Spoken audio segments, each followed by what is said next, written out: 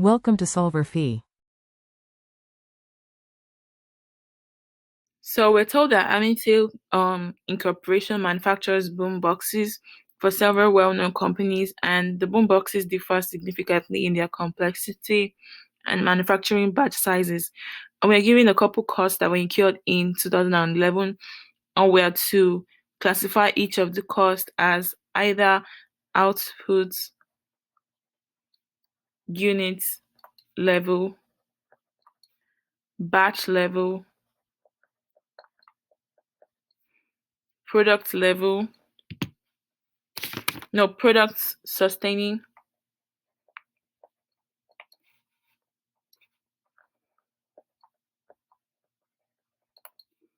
or facility sustaining.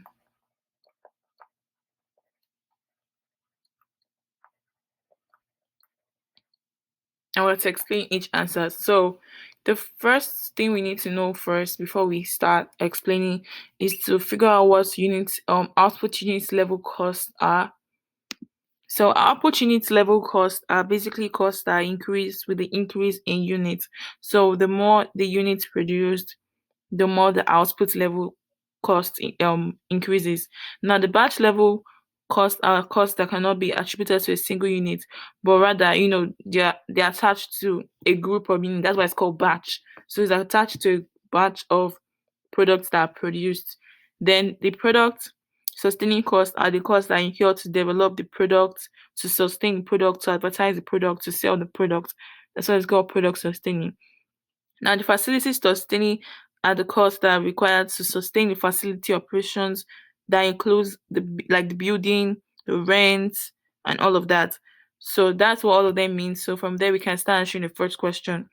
So the first one is indirect manufacturing labor costs, such as supervision that supports direct manufacturing labor of 1,450,000.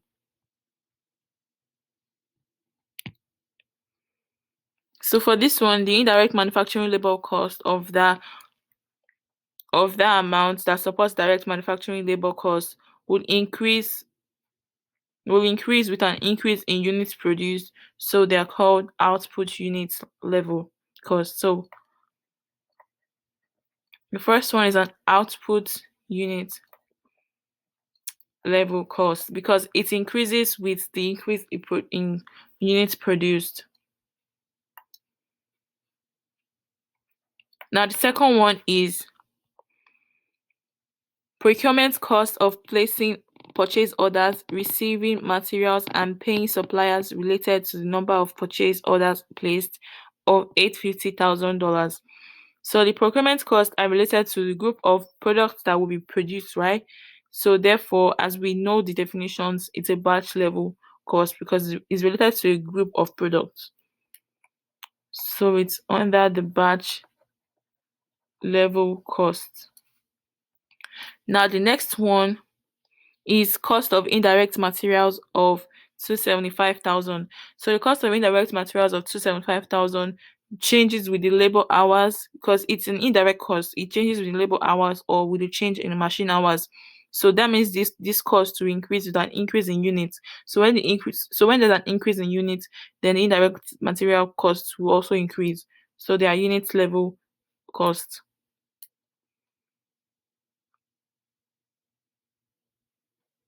So it's an output unit level cost.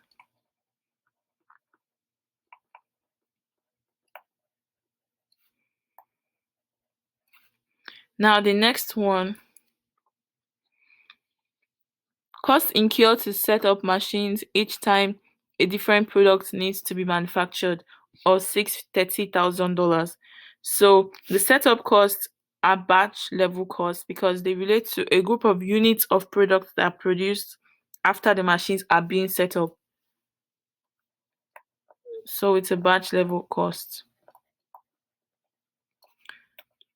Now the next one is the designing processes, the drawing process charts, the making engineering process changes for products of $775,000. And these ones are product sustaining because they relate to the cost of activities that are undertaken to support the individual product, regardless of the number of units that are produced or the batches that they are produced in. So they are product sustaining costs.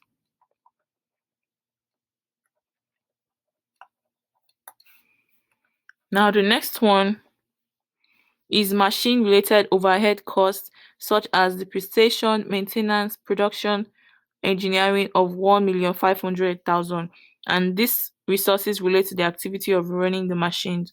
So these ones are because the machines in turn are producing the product, and the usage of the machine will increase with the increased output. So they are the output unit level costs.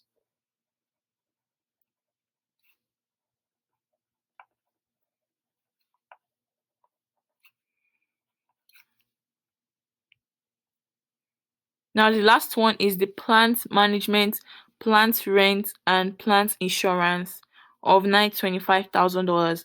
So, plant management, plant rent, and plant insurance of $925,000 are facility sustaining costs because the cost of these activities cannot be traced to the individual product itself, but they support the organization as a whole. So, they are faculty sustaining costs. Now, that's the end for the first part of the question.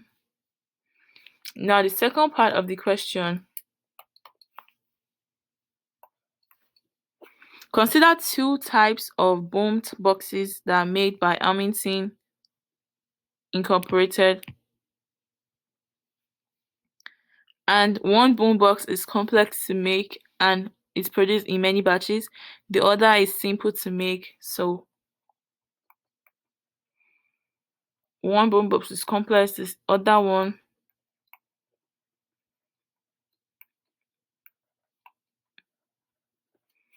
is easy to make and is produced in few batches. So, this is produced in many batches and this is produced in few batches. So suppose that Amity needs the same number of machine hours to make each type of boom box, and that Hamilton allocates all the overhead costs using machine hours as the only allocation base. How, if at all, would the boom boxes be miscosted, and explain why? So as per the ABC costing, the overhead cost should be allocated to the different products on the basis of the activities of the product required. And this cost should be allocated to the activities first, then the products in some allocating ratios. So that means each activity has cost pools, and that means that all the costs related to that activity is joined together and they are allocated to each product on the basis of the cost drivers. So if the cost is allocated on the basis of the machine hours, it will not show. So as per the ABC costing, they should be allocated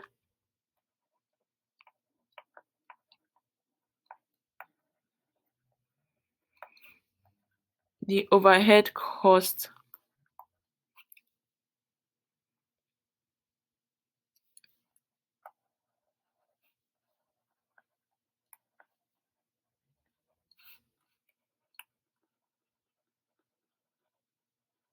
should be allocated to different products on the basis of the activity.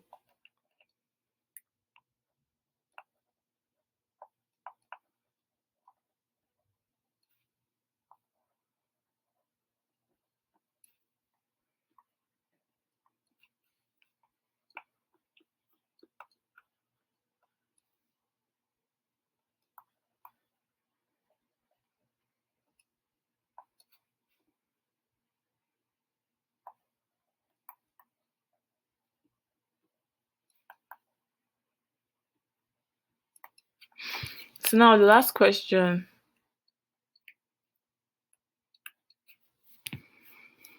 How is the cost hierarchy helpful to Hamilton in managing his business? So the cost hierarchy approach basically provides a classification system that helps you trace each activity to a product.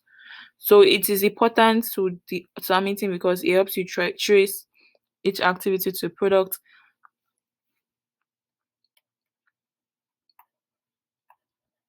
So it helps trace